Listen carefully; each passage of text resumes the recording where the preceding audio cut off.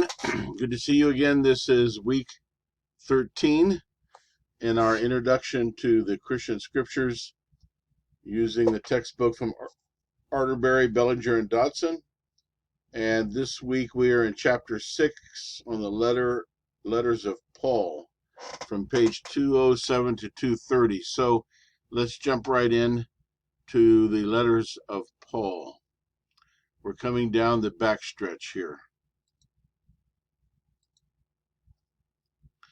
Okay, we have a outline for this. We'll talk about Paul's ministry, his life and letters, the form that he uses in his letters, the nature and the collection of his letters, and then we'll talk about some of the specific letters. The first letter to the Thessalonians, which some scholars believe was the very first Christian scripture written and joined into the New Testament. Then we'll talk about Galatians, the 1 Corinthians, 2 Corinthians, and the next week we'll talk about Romans, Philippians, and Philemon. These are the 7 undisputed letters of Paul. And we'll explain what we mean by that in a moment, about the disputed and undisputed letters of the Apostle Paul. So when piecing together Paul's biography, scholars prefer to rely on Paul's own writings, which are primary sources for the information. Of the 13 letters attributed to Paul, scholars debate whether someone other than Paul wrote six out of the 13. Scholars generally look to Paul's 7 undisputed letters as primary sources for the biographical information about his life. These letters are Romans, 1st and 2nd Corinthians, Galatians, Philippians, 1 Thessalonians, and Philemon. Unfortunately, though, Paul tells us very little about his origins, his formative years, or his later travels in those letters. Consequently, we must depend on secondary sources written by someone else other than Paul, in addition to the primary sources. The Acts of the Apostles, for example, ostensibly written by Luke, has a great deal of information about Paul. Yet Acts and Paul's letters do not always agree on specific details. Paul was likely born between 5 and 10 AD or CE of the Common Era to a Jewish family in Tarsus, a city in the Roman province of Cilicia in Asia Minor. We find this out in Romans chapter 11. Paul may well have been a Roman citizen from birth, as Luke, the author of Acts, contends. In addition, Paul and his family were practicing Jews. For example, Paul was circumcised on the 8th day of his life. In terms of education and training, Paul and Acts indicate that Paul became a devout Pharisee, well acquainted with Jewish theology. Paul's letters and his speeches in Acts demonstrate that Paul also knew basic rhetorical techniques. He routinely drew on Hellenistic imagery in his letters. For example, his use of boxing and racing metaphors. Remember that Hellenism is a word that basically means Greek culture, as it was spread beyond the borders of Greece. In Greek, Hellen means Greek. So Hellenism or Hellenistic has to do with Greek culture and philosophy. Paul wrote in Greek and quoted from the Septuagint, which is the Greek version of the Old Testament. In some, Paul's letters suggest that Paul was also heavily shaped by his native Hellenistic culture. That would make him pretty much a bicultural person, having been both informed by Hellenistic culture as well as Judaism. It's best to think of Paul as a Hellenistic Jew who was heavily shaped by both Greco-Roman and Judean cultures. In terms of his conversion and call, both Paul and Acts indicates that while he was traveling to Damascus to persecute Christians in that region, Paul experienced a dramatic vision of Jesus. This happened between 32 and 35. The accounts agree that the resurrected Jesus spoke directly to Paul during the vision. Thereafter, Paul preached that Jesus was the Jewish Messiah. Many refer to this as Paul's conversion. However, it's an important distinction to be aware of is that Paul was already a practicing Jew who desired to serve God both before and after his Damascus Road experience. So his conversion was not a conversion from a life of sin to God. His conversion was from a Judean understanding of the Word of God to one that included Jesus as the Messiah. So his conversion had to do with his theological stance about Jesus. And here are some important dates from the first century, from the first century BCE, before the Common Era, to the first century CE. And you see that the Romans gained control of Judea in 63 BCE. Julius Caesar is assassinated. Herod the Great serves as king of Judea. Octavian, or Augustus, became the first Roman emperor. Jesus was born prior to the death of Herod the Great. Saul, later known as Paul, was born probably around 5 to 10 of the Common Era, making him younger than Jesus. Pontius Pilate served as governor of Judea. He ordered Jesus' crucifixion in 30 CE. This would have put Paul about 20 years old, 25, when Jesus was crucified. Christian leaders gathered in Jerusalem in a council to discuss Gentile conversion. That was in 46 to 49. The Emperor Claudius expelled all Jews from Rome in 49 of the Common Era, which is why we'll find out later Paul met Priscilla and Aquila when he arrived at Corinth, because they had been most likely expelled from Rome. Paul spreads Christianity in Corinth 50 to 52. He writes numerous letters to Christian congregations from the 50s through the 60s. Nero persecuted Christians in Rome in 64, and most likely Paul, as well as Peter, was martyred during Nero's persecution. The Gospels were written, the four Gospels, at least the four Gospels, from 65 to 100, and the Jewish war with Rome erupted in 66, leading to the destruction of Jerusalem and the Second Temple. Okay, so that's the timeline that we're talking about now. So the Jerusalem Council, this is an important event in the history of Christianity. Acts portrays Paul as being continuously connected to the Christians in Jerusalem, but not dependent upon them. He was very insistent about that in Galatians. In Acts, Paul made 5 trips to Jerusalem after his vision of Jesus, according to Luke, the author of Acts. In his own letters, Paul only refers to 3. Paul contends that after his Damascus Road experience, he spent time in Arabia, not Jerusalem. Paul also indicates that after 3 years, he made a brief private visit to Jerusalem to see Peter and James. He tells that in Galatians. Next, Paul boasts that he waited 14 years after his conversion before traveling to Jerusalem for his first public visit.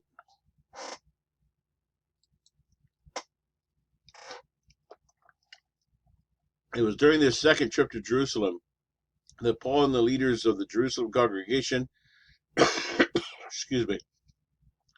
took up the debate of whether Gentile converts needed to practice ritualistic customs that are prescribed in the Torah. Whereas Acts describes a public debate. I'm getting over COVID, forgive me. In a widely circulated verdict, Paul describes a private meeting and possibly a private verdict. Most scholars think this Jerusalem Council took place between 46 and 49. And here is a picture, a rendering of the Jerusalem Council. I believe this is Paul right here. This probably would have been James. James or Peter. James was sort of the lead pastor in the Jerusalem church. James, the brother of Jesus, as we'll find out later. Both Paul and Acts agree that he spent time in Damascus and Syria in the years before his vision. According to Acts 13 to 14, Paul initially set out to fulfill his calling. He traveled to Cyprus and Asia Minor before returning to Antioch. This is Antioch of Syria. After the Jerusalem Council, Paul traveled to Asia Minor and then to Macedonia. His first stop in Macedonia being in Philippi, where he later writes the Philippian letter to the Philippians. And his second stop was Thessalonica. And interestingly, these are some of his undisputed letters, and his first letter was probably the one to 1 Thessalonians. Then his second letter may have been Galatians. Paul was in Corinth for a year and a half, from 50 to 52 of the Common Era. This was after his stop at Philippi, then Thessalonica. Then he made a brief stop in Athens and had very little fruit there, and went on to Corinth, where he stayed for a year and a half, and he met Priscilla and Aquila. You see here a picture of the Mediterranean world. Athens is up here, the Aegean Sea. In his second missionary journey, Paul left Antioch and traveled through Asia Minor and kept running into closed doors, according to the scriptures, closed by the Spirit, until he finally had a dream of a Macedonian man asking him to come over to Macedonia, which was up in here. And oddly enough, the person that he meets in Philippi was not a man, but a woman, Lydia. The mysteries of dreams, right? In his imprisonment, both Paul and Acts agree that Paul spent considerable time in prison as a result of his missionary work among the Gentiles and his volatile relationship with the Jews. This is on page 211 of our textbook. So while he was in prison, Paul wrote letters to the churches that he had started. The prison epistles included the undisputed letters of Philippians and Philemon, and the disputed letters of Ephesus, or Ephesians and Colossians, 1st and 2nd Timothy, and Titus. And we'll talk about those next week. Acts also mentions that Paul was in prison for 2 years in Caesarea after his arrest in Jerusalem. And the book of Acts ends with Paul in house arrest in Rome. Scholars debate the possibility of a third imprisonment, possibly in Ephesus.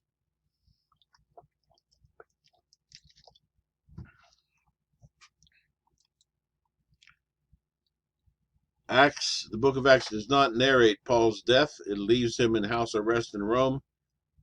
Yet the tradition from the beginning of the 2nd century CE speaks of Paul's martyrdom in Rome. The letter of 1st Clement and the Acts of Paul, which are not part of the canon, both speak of this tradition of Paul being martyred in Rome under Nero. Colossians 1:24 and Ephesians 3:13 might be veiled references to Paul's martyrdom. If Paul did die in Rome, he may have been a victim of Nero's persecution in 64.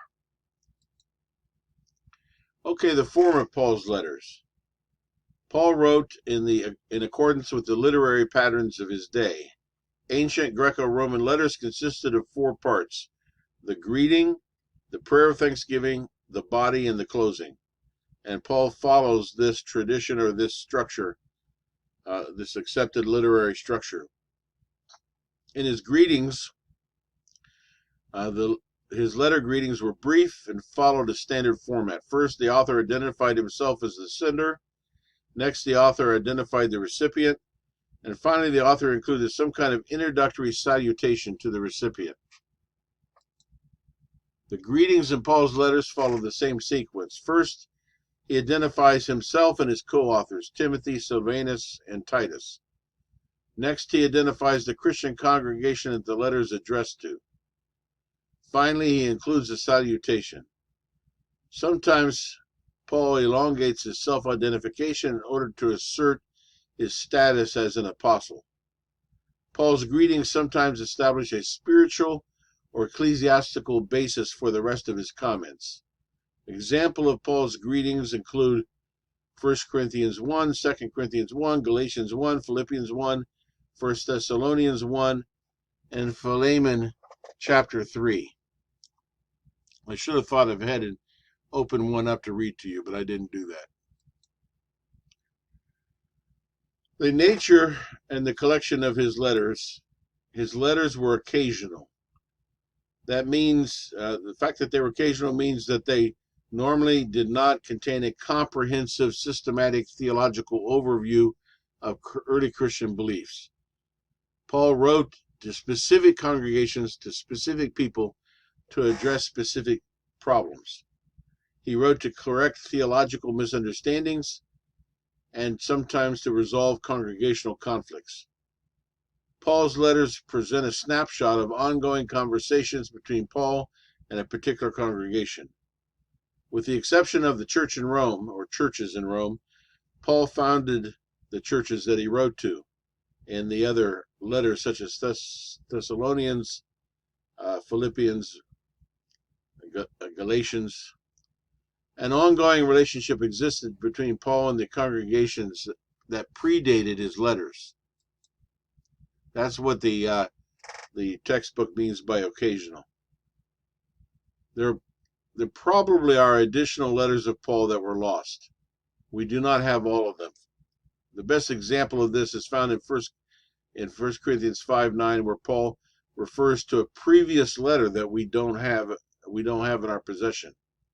In 2 Corinthians 7, Paul refers to a previous letter that grieved the Corinthians. It seems that Paul sent at least 4 letters to the Corinthians, of which we only possess 2. We also do not possess a letter to the Laodiceans, which Paul references in Colossians 4:16. Thus, we can assume that Paul wrote letters that did not become part of the New Testament for one reason or another. In the first letter to the Thessalonians, it's considered to be the oldest letter of Paul. In fact, it predates the Gospels, so it's probably the first written document in the Christian canon of the New Testament. That would make 1 Thessalonians the first Christian document in existence. Thessalonica was the first place Paul went to after he ran into trouble in Philippi. But despite a warm reception from some Gentiles, he was forced to flee because of persecution. Timothy stayed behind to work with the new believers. When Timothy later rejoined Paul, it was likely in Corinth in 50 to 52 CE. This is the likely date of the authorship of the letter to Thessalonica. The body of the letter has 2 sections. First, Paul recounts the positive interactions and the good relations he had previously had with the Thessalonians. Paul then takes up the question of the return of Jesus, thereby reuniting all believers, both dead and living, and ushering in God's wrath for those who resist God. While Paul apparently expects Jesus to return during his lifetime, he instructs them to avoid speculation about the exact timing of the parousia. The parousia meaning the return of Christ. It could happen at any moment. As a result, the Thessalonians should live in a state of readiness, cultivating faith, hope, and love. And here we have an inset from the book that explains the exact nature of the parousia. In antiquity, the Greek word parousia generally referred to the presence or arrival of an individual. In Hellenistic contexts, people often use the term more narrowly to describe the arrival of a royal official or a ruler. In the New Testament, the term frequently refers to Jesus' expected return. For example, Paul refers to Jesus' coming, or parousia, as a source of hope in 1 Thessalonians, also in 2 Thessalonians. As a result, given that the Thessalonian church primarily consisted of Gentile converts, and given that emperor worship was prevalent in Thessalonica at the time of Paul's ministry, some have suggested that Paul implicitly contrasts Jesus with the Roman emperors through his use of the term parousia, For example, Paul contrasts the proclamations of peace and security in chapter 5, verse 3, which were common Roman imperial claims, with the proclamation of Jesus as parousia. This is why many scholars identify a imminent eschatology that undergirds the letter to the first letter to the Thessalonians. Eschatology is a word study of the eschaton, or the return of Jesus. And so an imminent eschatology is the idea that the return of Jesus is imminent. It can happen at any moment. Notably, in his later letters, Paul hardly refers ever to the nearness of the parousia. There have been a lot of explanations for this, for Paul's change in tone. Perhaps the later letters, Paul assumed that his readers already knew about the parousia. Perhaps an overemphasis on Jesus' return was leading to problems. For example, in 2 Thessalonians, people were getting lazy. They didn't want to work. They were maxing out their credit cards. That's a joke. Because they felt like why think of the future? Jesus is returning anytime.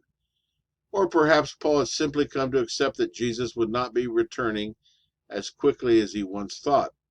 Another theory that we'll examine later is that some of the letters, the disputed letters, might have been written by Paul's disciples, those that were honoring his heritage, but at a much later time, 30 or 40 years later, in which the imminent eschatology had given away to a more realized eschatology.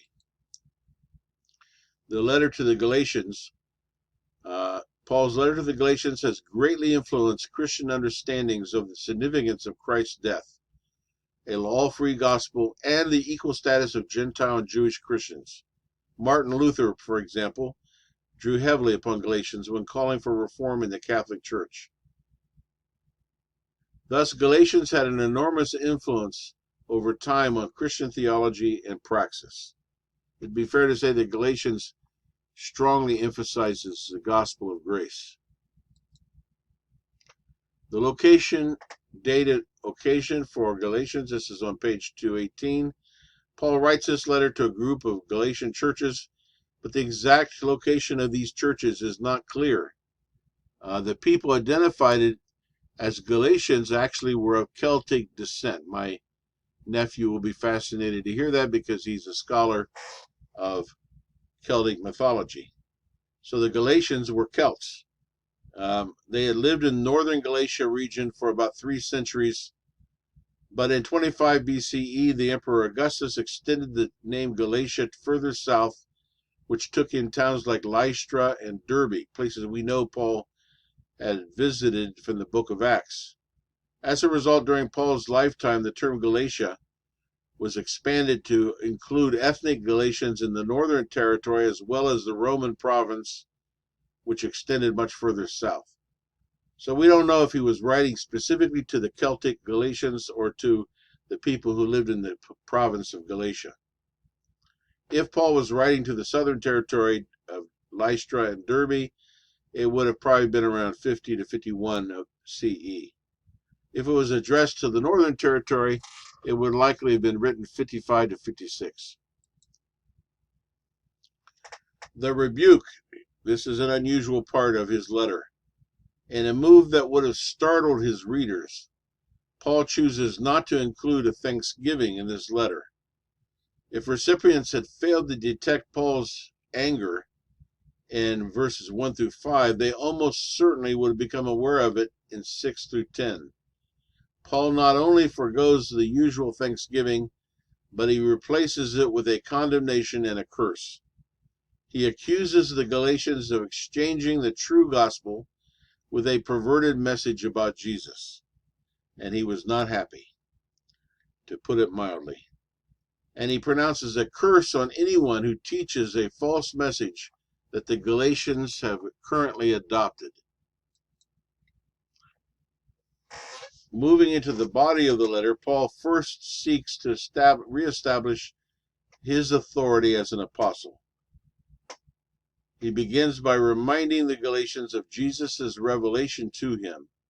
on the road to Damascus, he reminds them that he was a Pharisee who persecuted Christians. God intervened and called Paul to proclaim to the Gentiles the grace that was manifest through Jesus. Importantly, this revelation came directly from Jesus, not from human authorities, and especially not from the Jerusalem church. So some scholars have speculated that some of the false teachers, there might be a kinder way to say that, but I can't think of it at the moment. Some of the false teachers that Paul was upset with, who were leading the Galatians astray, were Jewish Christian missionaries from Jerusalem, who were ignoring the conclusions of the Jerusalem Council and preaching that in order to be saved and to follow Christ, the Galatians had to be circumcised and observe the rabbinical law. And Paul was definitely not happy about that. So Paul is reasserting his apostleship and emphasizing his independence from the Jerusalem church. The gospel according to Paul. As a counterweight of Peter's waffling hypocrisy in Antioch, Paul unwaveringly and succinctly articulates what he considers to be the authentic gospel. Paul argues that a person is justified, that is, put into a proper covenantal relationship with God only through Jesus' death. Justification cannot happen through the law, for the law is powerless to perform such an action. Instead, true justification can only happen through faith, the faith of Jesus Christ. Proper understandings of justification, Christian relationships, and faithful living are based exclusively on Christ's enablement, according to Paul. Otherwise, Christ died for nothing. And here is an inset, I don't recall what page it's on, about justification. Paul uses a cluster of words that are related in Greek but not in English. The Greek word dikai is present in Galatians as a verb, as a noun, and as an adjective. The adjective and noun are often respectively translated into English as righteous or righteousness, but the verb is routinely translated as to justify. Greek readers, however, would have recognized the close kinship among the words. Other possible renderings of the verb are to make righteous or perhaps to grant righteousness. Paul uses dikai terminology to speak primarily about how God rectifies a problematic situation. In essence, God creates a proper covenant relationship between God and humans where none existed. Therefore, we may envision justification as a declaration of change, an empowerment for partial change in the present, and perhaps the promise of a complete change in the future. In chapter 5:13 through 15, Paul argues that living in freedom as a Christian ultimately comes with the obligations that are characterized by love, as opposed to the ritual practices of the law.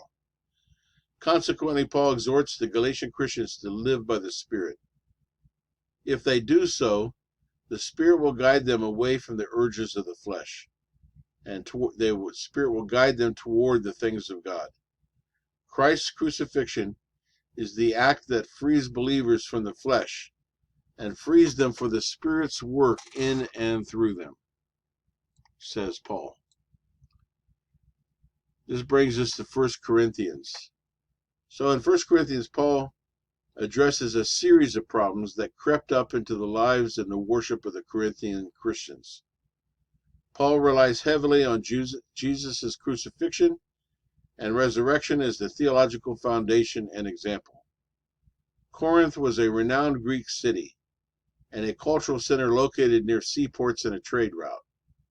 Paul likely introduced Christianity to Corinth around 50 to 52 CE. Yet by the time he was writing to the Corinthians, he's in Ephesus, probably around 55 to 56. And here you see a map of Corinth in the southern part of Achaia. I'm not sure how to pronounce it. Let's say Achaia. It's near, it's at this peninsula that crosses over between Athens and Sparta. So that is Corinth, a raucous seaport, a trade route, a little bit like my own city of Miami, perhaps. A lot of people from a lot of different cultures and places speaking a lot of different languages. So 2 Corinthians is a puzzling document. The structure is puzzling. It's possible it could have been a composite document. In other words, a combination of 2 or 3 or 4 letters. The current structure of 2 Corinthians presents challenges for the readers, and there are several theories about the historical origins of the document. Most scholars consider 2 Corinthians to be a composite document rather than one unified letter. There are radical changes in tone between chapters 1 through 7 and chapters 10 through 13. Some scholars suggest that 2 Corinthians is actually a composite of at least 2 or possibly even as many as 4 letters that were eventually edited into one document. A common approach is to see 2 Corinthians 10, chapter 10 to chapter 13, with their harsh tone, as actually having been written prior to the chapters 1 through 7, with their more conciliatory tone. In fact, chapters 10 through 13 might be the painful letter that Paul refers to. And perhaps chapters 1 through 7 are the reconciliation. In other words, they're not in chronological order. Chapters 10 through 13 may have come first as a rebuke, and chapters 1 through 7 may have been the reconciliation and the pouring on of mercy and love. So 2 Corinthians has 3 distinct sections. Chapters 10 through 13, the rebuke. Chapters 1 through 7, the reconciliation. And chapters 8 through 9, which may have been an additional letter addressed to both Corinth and to Achaia. Again, I don't know how to pronounce that. Achaia, let's go with that. And dealing with the monetary collection taken for the poor Jewish Christians in Jerusalem, in accordance with the Jerusalem Council. Okay, so that completes our quick review of the first, let's see, 1, 2, 3, 4, the first 4 of Paul's undisputed letters. Next week we will review the other 3 undisputed letters, which includes the letter to the Romans, the letter to the Philippians, and Philemon. And then we'll dive into the disputed letters, which includes the pastoral letters and Ephesians and Colossians. We'll talk about those next week. So, thank you very much as we continue to advance through our survey of the Christian Scriptures.